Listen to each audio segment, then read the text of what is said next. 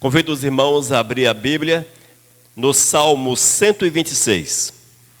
Salmo capítulo 126. Mais uma vez, peço aos irmãos que fiquem de pé em reverência à palavra de nosso Senhor e Salvador. Salmo 126, subtítulo: Cântico de Romagem. Consolo para os que choram, cântico de romagem. Diz a palavra: quando o Senhor restaurou a sorte de Sião, ficamos como quem sonha. Então a nossa boca se encheu de riso e a nossa língua de júbilo. Então entre as nações se diziam: grandes coisas o Senhor tem feito por eles. Com efeito, grandes coisas fez o Senhor por nós, por isso estamos alegres. Restaura, Senhor, a nossa sorte como as torrentes no Neguebe. Os que com lágrimas semeiam, com júbilo ceifarão. Quem sai andando e chorando enquanto semeia, voltará com júbilo, trazendo os seus feixes. Vamos orar. Amado Deus, muito obrigado por essa palavra tão preciosa, tão extraordinária, Senhor. Que nessa noite Tu venhas falar conosco para que nós possamos assimilar esta verdade e praticá-la em nosso dia a dia. Ó Espírito, fale com nossos amados que nos ouvem também pela internet. Que a Tua ação seja contínua sobre as nossas vidas. Senhor, ministra aos nossos corações, em nome de Jesus. Amém. Os irmãos podem assentar-se. Queridos, esse salmo, como vocês viram, tem o subtítulo Cântico de Romagem. Esse salmo, ele era entoado enquanto as pessoas se dirigiam a Jerusalém. Vale ressaltar, para que vocês possam entender o porquê do cântico de romagem e também do porquê desse salmo tão maravilhoso. Os judeus, obrigatoriamente, eles faziam 3 peregrinações anuais até Jerusalém, até o templo. Todos os anos, todos eles saíam 2 vezes das suas casas, onde quer que eles estivessem. 50 quilômetros, 1000 quilômetros, era uma obrigação estar em Jerusalém, estar no templo. Por ocasião da Páscoa e também da festa das primícias, essas 2 festas eram coladas uma à outra, apenas 2 dias de diferença. Quando eles vinham para a Páscoa, para celebrar a libertação do Egito, eles também agradeciam a Deus pelas colheitas que o Senhor os havia proporcionado. A Páscoa e a festa das primícias eram uma obrigação. Todos eles iam até Jerusalém entre os meses de março e abril. E a terceira festa, a festa dos tabernáculos. Essa festa, eles agradeciam a Deus pela segurança que haviam recebido e pela habitação em tendas no decorrer do Êxodo, onde eles no deserto habitavam em tendas. Essa festa era celebrada aproximadamente entre os meses de setembro e outubro. Mais ou menos 5 a 6 meses separavam ambas as festas. E eles saíam das suas casas. Eles saíam de onde moravam. E todos iam para Jerusalém. Eles tinham esse compromisso, amados. Era uma obrigação e ficava estranho se porventura, se você fosse à festa, fosse a essas celebrações e deixasse o esposo ou a esposa em casa. Ninguém queria ficar para trás. Na verdade, todos queriam estar em Jerusalém, estar no templo. E, na caminhada, irmãos, eles iam entoando os salmos de romagem. Geralmente, os salmos 120 até os 134 são considerados salmos que eles entoavam nesta caminhada. Veja que interessante. Há 2 situações interessantes nessa questão. Primeiro, amados, eles tinham aquela obrigação, aquele prazer, aquela satisfação de sair das suas residências, viajar a pé. Não tinha avião, não tinha carro, não tinha busão, não tinha trem, era a pé, muitas vezes montado no animal, para chegar a Jerusalém, chegar ao templo. Era uma satisfação para aquele povo, satisfação para os judeus fazer estas coisas. E eles faziam para honrar e para glorificar o nome santo de nosso Senhor. E quando eles chegavam no templo em Jerusalém, ali eles ofereciam os seus sacrifícios e suas ofertas ao Senhor. Amém? Eis aí, irmãos, onde entra aquele episódio que Jesus expulsa os cambistas, que Jesus vira as mesas, exatamente numa dessas situações. Vale ressaltar, amados, que eles moravam distantes, alguns moravam distantes de Jerusalém e necessitavam oferecer o sacrifício. E esta forma de comércio que existia no templo, ela era aceitável. Inicialmente era aceitável porque beneficiava as pessoas que vinham de longe, não podia trazer um bezerro, não poderia trazer um animal qualquer para sacrificar, e eles ali adquiriam e faziam o sacrifício ao Todo-Poderoso. Também existiam os cambistas que trocavam as moedas, já que existiam judeus em toda aquela região, muitos carregavam a moeda da sua região, a moeda do seu país. E lá no templo só era aceito um tipo de moeda. Não existia outra forma de você ofertar ao Senhor. E esses cambistas faziam a conversão daquela moeda de cada nação para a moeda do templo. Mas chegou um tempo em que a ganância começou a falar mais alto e eles começaram a cobrar preços exorbitantes pelos animais e a taxa de conversão da moeda também exorbitante. Eis aí porque o Senhor ficou tão revoltado com aquele povo. Porque eles fizeram da casa do Senhor, fizeram do templo um lugar de comércio, de enriquecimento. E nós precisamos entender, irmãos, que a obra do Senhor é para glorificar o nome santo do Eterno, não é para enriquecer o homem, não é para trazer de forma alguma recursos financeiros ao homem. Mas a obra do Senhor é para o Senhor. E ele saiu das suas residências cantando esses salmos, recitando esses salmos e chegavam a Jerusalém, chegavam no templo. Vale ressaltar, amados, que para os judeus o templo era extremamente precioso. Nós não sabemos o que é isso. Nós não sabemos, nós não temos como mensurar o amor que eles tinham para com o templo. Não existe isso em nossos dias. Não existe mais. Porque eles viam no templo a residência, a morada do Senhor. Ali estava o Santo dos Santos, ali estavam os sacerdotes, ali estava o elo de ligação entre o homem e Deus. Estava no templo. E eles tinham uma reverência, um amor extremamente grande para com o templo que estava em Jerusalém. Mas chegou um tempo, amados, em que esse templo foi totalmente destruído. Agora, é difícil para nós imaginarmos a dor do judeu ao ver o seu templo totalmente destruído. Babilônia chegou ali, chegou em Jerusalém, destruiu o templo e levou cativos boa parte dos habitantes de Israel. Levou cativo boa parte para a Babilônia. Era uma distância de aproximadamente 1000 quilômetros. Hoje estou histórico. Mas é para que vocês possam entender a preciosidade da palavra de Deus. Os babilônios carregaram os judeus, levaram cativos a uma distância mínima de 1000 quilômetros. Mínima de 1000 quilômetros. Eram grupos grandes de pessoas cativas no pior estado possível que você possa imaginar. No pior estado. Muitos não conseguiram chegar na Babilônia, morreram na caminhada. Pensa. Um grupo de pessoas, milhares de pessoas cativas, com o básico do básico do básico para alimentar-se. Numa caminhada de 1000 quilômetros, para que você possa ter noção de distância, de Montanha até a capital paulista. De Montanha a São Paulo, 1200 quilômetros. De Montanha ao Rio, 900 quilômetros. Andando, irmãos. Quantos meses? Olha a dificuldade. Olha o sofrimento desse povo. E eles lembravam que o templo estava destruído. E que eles já não tinham mais uma pátria. Mas não abriram mão de Deus.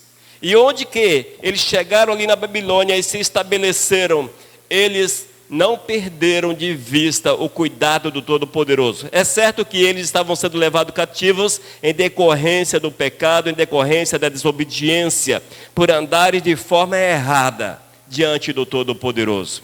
Isso leva-nos a entender, irmãos, a gravidade, a seriedade, a gravidade de não observarmos a vontade do Senhor e a seriedade da palavra de Deus para as nossas vidas.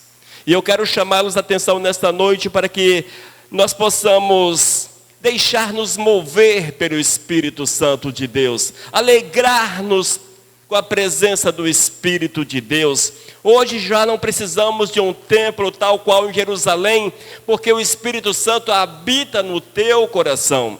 Nós precisamos entender, irmãos, que somos a habitação do Espírito Santo de Deus. Onde quer que você vá, se você é uma pessoa fiel, o Espírito de Deus está com você. E o Espírito de Deus é Deus. Nós precisamos estar cientes dessa realidade, para que as nossas ações sejam para a honra e para a glória do Senhor, em todas as áreas, em todas as situações do nosso viver.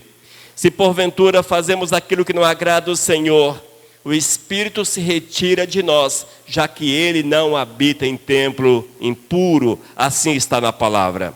Amém? Com essa introdução, amados, eu quero chamá-los a atenção para o Salmo 126, para que nós possamos entender esse momento tão especial. Olha só, Salmo 126, versículos 1, 2 e 3. Quando o Senhor restaurou a sorte de Sião, ficamos como quem sonha. Então a nossa boca se encheu de riso e a nossa língua de júbilo. Então entre as nações se diziam, grandes coisas o Senhor tem feito por eles. Com efeito, grandes coisas fez o Senhor por nós, por isso estamos alegres. Oh, glórias! Depois que eles foram conquistados, aproximadamente 70 anos depois, o rei Ciro os libertou e permitiu que eles voltassem para Jerusalém, para Israel. Alguns voltaram. E esse texto chama-nos a atenção exatamente para esta situação. Quando eles declaram, quando o Senhor restaurou a sorte de Sião, ficamos como quem sonha. Está referindo-se, irmãos, à restauração, à libertação do domínio babilônico e à restauração, a volta para Jerusalém, a volta para a sua casa, a volta para onde eles residiam. E eles estavam felizes, porque a palavra do Senhor mais uma vez se cumpriu na vida daquelas pessoas. Mais uma vez, o Senhor mostrava misericórdia para com eles. O Senhor era misericordioso. Irmãos, nós precisamos aprender com a palavra do Eterno, cada dia mais, aprendermos a observarmos aquilo que o Senhor quer, para que as nossas ações, as nossas atitudes sejam segundo aquilo que Deus quer, para que você adore o Senhor, para que você glorifique a Deus, para que você exalte o Todo-Poderoso, para que você tenha prazer, alegria, porque Deus quer restaurar a tua sorte, Deus quer restaurar a tua vida. Talvez você possa até questionar-me dizendo, mas eu não estou em Jerusalém, eu não estava na Babilônia. Talvez você possa até fazer esse tipo de afirmação.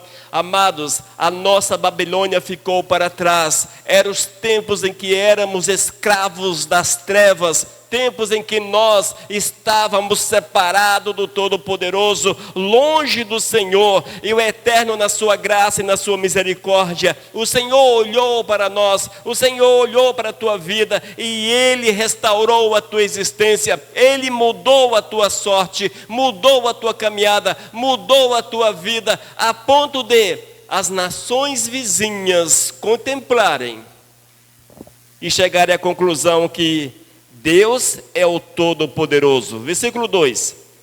Então a nossa boca se encheu de riso e a nossa língua de júbilo. Então entre as nações se dizia, grandes coisas o Senhor tem feito por eles.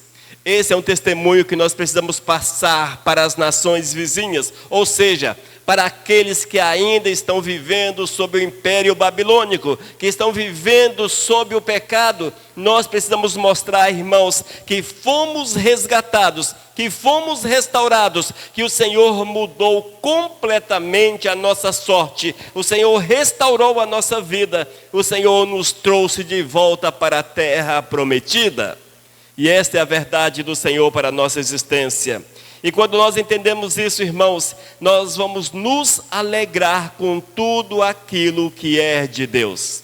Lamentavelmente, nós não temos condições de passar para os irmãos um retrato fidedigno da grandiosidade, da ação poderosa de Deus para com a nossa vida, porque isso é uma experiência pessoal. Cada um de nós temos o dever de possuirmos uma experiência poderosa com o Senhor, de experimentarmos o poder de Deus. E eu quero afirmar para vocês, irmãos, que não é pastor que vai fazer que essa experiência seja uma realidade na tua vida. Não é nada desse mundo que possa permitir que você tenha uma experiência poderosa com o Senhor, mas é a tua busca pelo Senhor, é o teu desejo de estar diante do Eterno, é o teu desejo de servir, é o teu desejo de, a exemplo dos judeus, quando o Senhor restaurou a sorte de Sião, ficamos como quem sonha.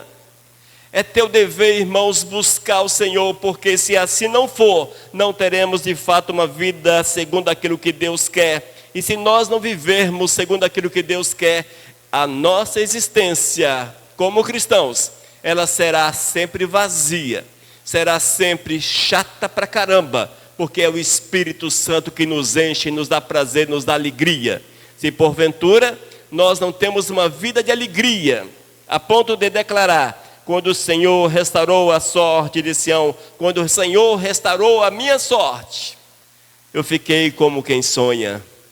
Se nós não temos essa palavra na boca, irmãos, é porque a nossa vida está carente de uma restauração verdadeira, de uma mudança real, porque é o Senhor que assim faz. E quando nós entendemos esta verdade, com certeza vamos desejar dia após dia estar no templo. E entenda templo como a presença do Senhor. Estar na presença de Deus, adorar o Criador, glorificar o Senhor, declarar ao Todo-Poderoso que Ele é maravilhoso, que Ele é extraordinário, que Ele faz coisas magníficas na vida da gente. E certamente vamos relembrar das grandes vitórias que o Senhor nos concede e nos concedeu. Das grandes vitórias, e a maior dela, com certeza, irmãos, é a vitória da salvação, quando o Senhor te resgatou da Babilônia e trouxe de volta para Jerusalém. Amém? Que nós possamos deixar que o Espírito Santo de Deus trabalhe o nosso coração, a ponto de sentirmos essa felicidade, essa alegria com o Todo-Poderoso.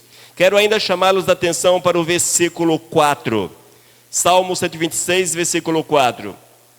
Restaura, Senhor, a nossa sorte, como as torrentes no Neguebe. Oh, glórias!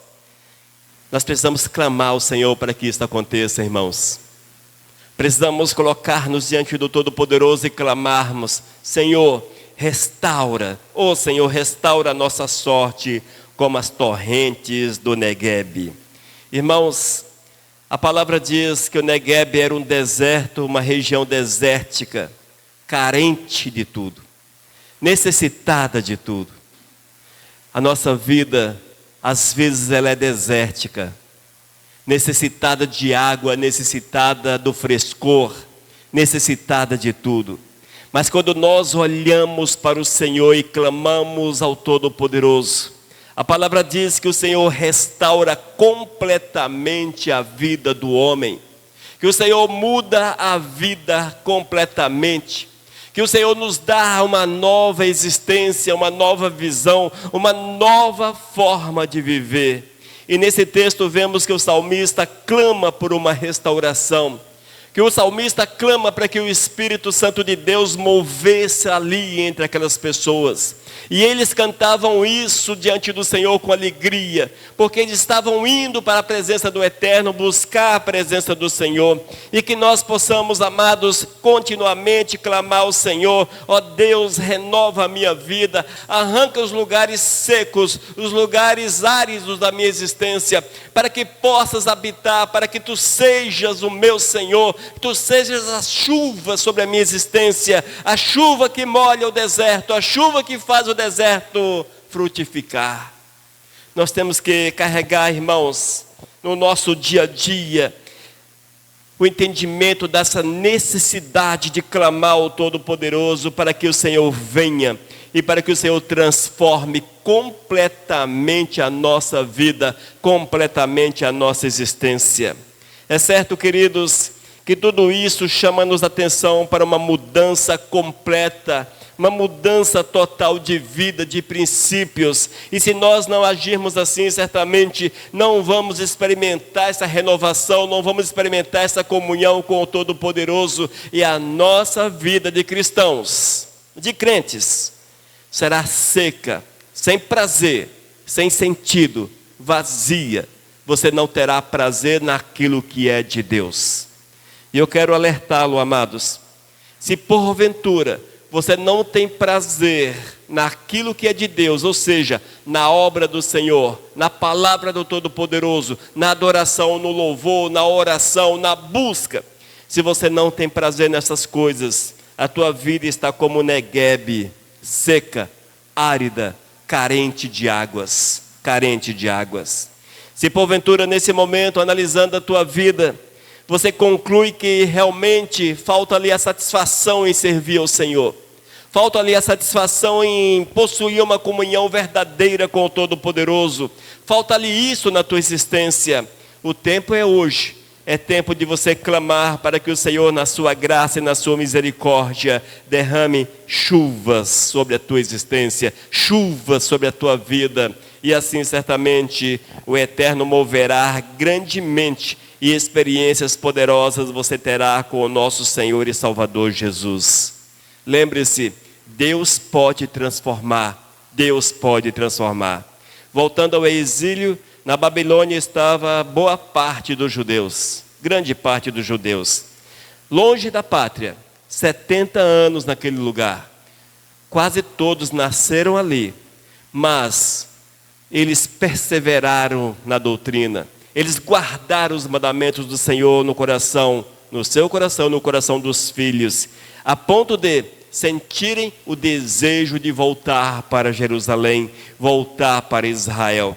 E isso só é possível quando nós permitimos que o Espírito de Deus trabalhe o nosso coração.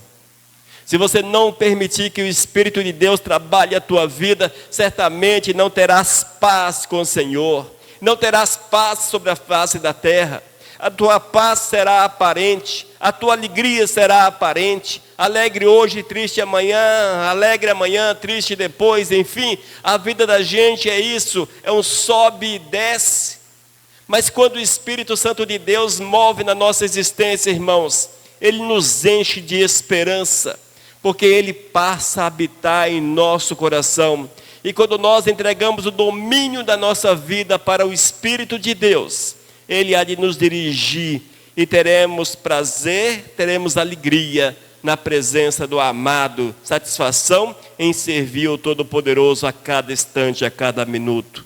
Mais uma vez eu quero chamá-los a atenção, não permita que a tua vida seja como Neguebe, seco, árido, apenas areia, sequidão, mas que seja uma terra fértil, regada pelas águas do Espírito Santo de Deus, que há de lhe proporcionar alegria, há de lhe proporcionar paz, esperança, satisfação e tudo o que é preciso para que você possa seguir em frente sem desistir, sem desanimar.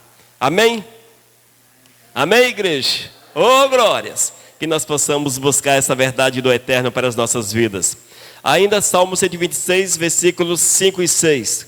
Enquanto o grupo de pessoas dirigiam-se para Jerusalém, para adorar no templo, eles cantavam, eles entoavam esse cântico, esse salmo. Eles diziam: restaura, Senhor, a nossa sorte como as torrentes no Neguebe. Os que com lágrimas semeiam, com júbilo ceifarão. Quem sai andando e chorando enquanto semeia, voltará com júbilo trazendo os seus feixes. Oh, glórias! Esse texto chama-nos a atenção, irmãos, para a dificuldade da vida, para os tempos difíceis, para os tempos complicados, complexos. Se naquela época já não era fácil, não era fácil, tudo era muito difícil, muito sofrido, não mudou, irmãos. Hoje continua da mesma forma, tudo é muito difícil, tudo é muito sofrido. Para que você possa permanecer fiel diante do Todo-Poderoso, é necessário abrir mãos do mundo. E como abrir mão do mundo se o mundo é tão legal? Como abrir mão daquilo que o mundo oferece se é tão bom, se é tão apetitoso, prazeroso? Mas é esse preço que nós precisamos pagar. É esse preço, irmãos, que nós precisamos pagar diante do Senhor. E a palavra diz: os que com lágrimas semeiam, com júbilo ceifarão. Aqueles que no meio das dificuldades permanecem fiéis ao Todo-Poderoso. Aqueles que passam por momentos complicados, difíceis. Entendam lágrimas como dificuldades, sofrimentos. Aqueles que passam por esses momentos por amor ao Todo-Poderoso, porque amam o Senhor. A palavra diz que eles hão de colher, mas colher alegria, colher júbilo, ceifarão júbilos. Eles hão de colher alegria, júbilo, prazer nas suas vidas. Porque o Espírito Santo, irmãos, mais uma vez, é o Espírito Santo que proporciona-nos isto. Se você é feliz sobre a face da terra, é o mover do Espírito, e só é possível a verdadeira felicidade quando passamos pelas dificuldades, mas não abrimos mão do Senhor. Continuamos firmes na caminhada, e o Espírito de Deus há de trabalhar o nosso coração de uma forma tão grande, que vamos sentir prazer e satisfação, amados, em servir o Todo-Poderoso, mesmo que as situações não sejam tão propícias e ou agradáveis, mas o Senhor é conosco, e isto é o que importa. O que Deus quer para as nossas vidas, irmãos, é que haja comunhão, que haja uma entrega, que haja um doar-se a Ele. Porque quando nós nos entregamos a Ele, Ele vem, Ele move, Ele trabalha a nossa existência de uma forma grandiosa, a ponto de, mesmo como a exemplo do apóstolo Paulo, preso ali em Roma, amarrado, acorrentado, mas o seu coração tinha prazer, tinha alegria em Deus. A situação não era propícia. Se fosse cada um de nós, se fosse um de nós, certamente apareceriam na nossa boca as murmurações: mas Senhor, eu te sirvo, olha quem sou eu tenho falado do teu amor, eu tenho levado o teu evangelho, e eu estou nesse estado, esperando a hora da morte chegar, porque o que aguardava o apóstolo Paulo, e ele sabia disso, era a morte. Mas ele não abriu mão, irmãos, não abriu mão do Senhor. E a palavra diz que ele tinha prazer, e é isto que o salmista fala-nos nesse versículo: os que com lágrimas semeiam, com júbilo ceifarão. Porque nós sabemos que quando há esse despertar, esse abrir de olhos para aquilo que Deus quer para as nossas vidas, o nosso coração será tomado de uma forma tão grande pela presença do Eterno, que mesmo que todas as situações não nos sejam propícias, mas teremos satisfação, teremos prazer no Senhor, irmãos. Teremos prazer no Todo-Poderoso.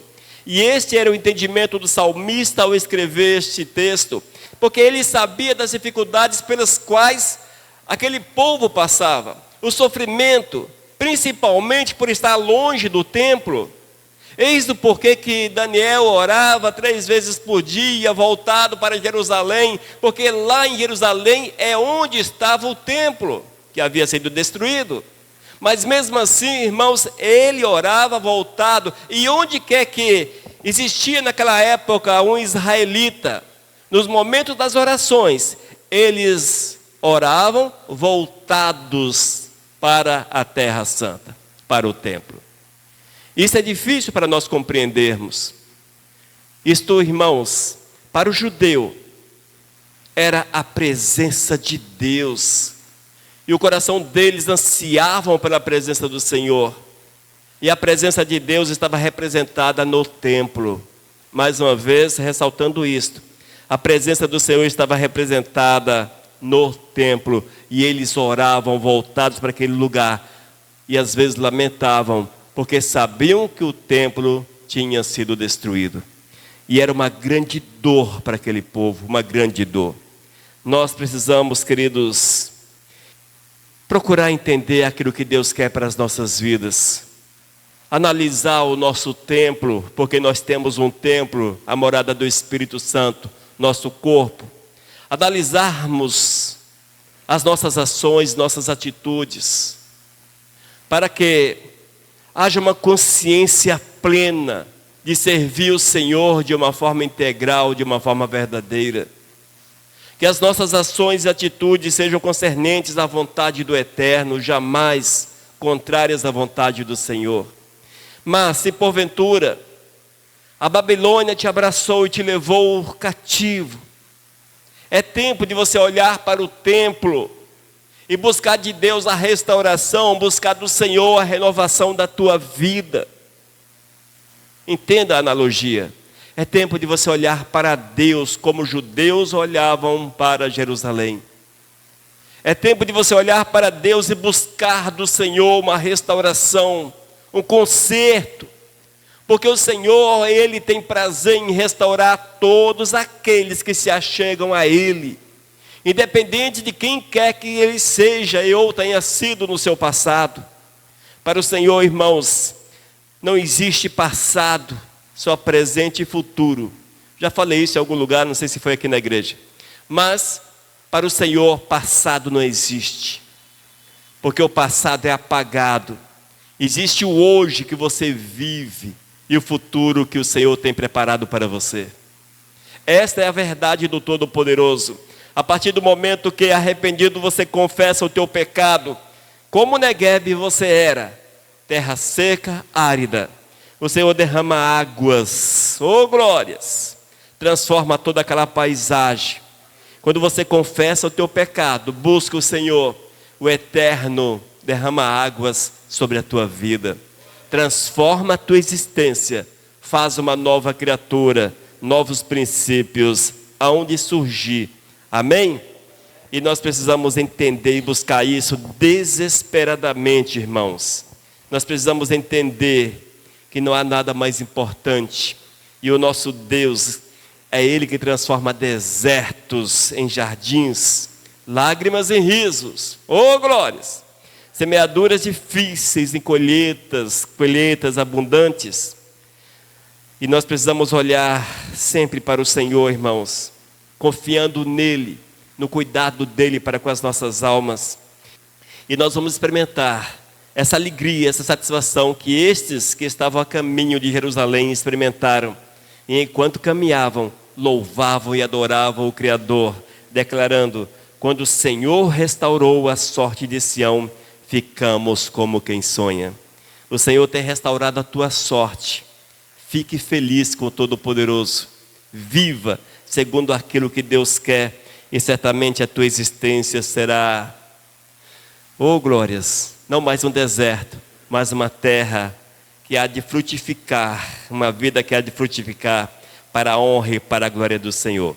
O apóstolo Paulo, em Filipenses capítulo 1, versículo 6 diz: estou plenamente certo de que aquele que começou boa obra em vós há de completá-la até o dia de Cristo Jesus.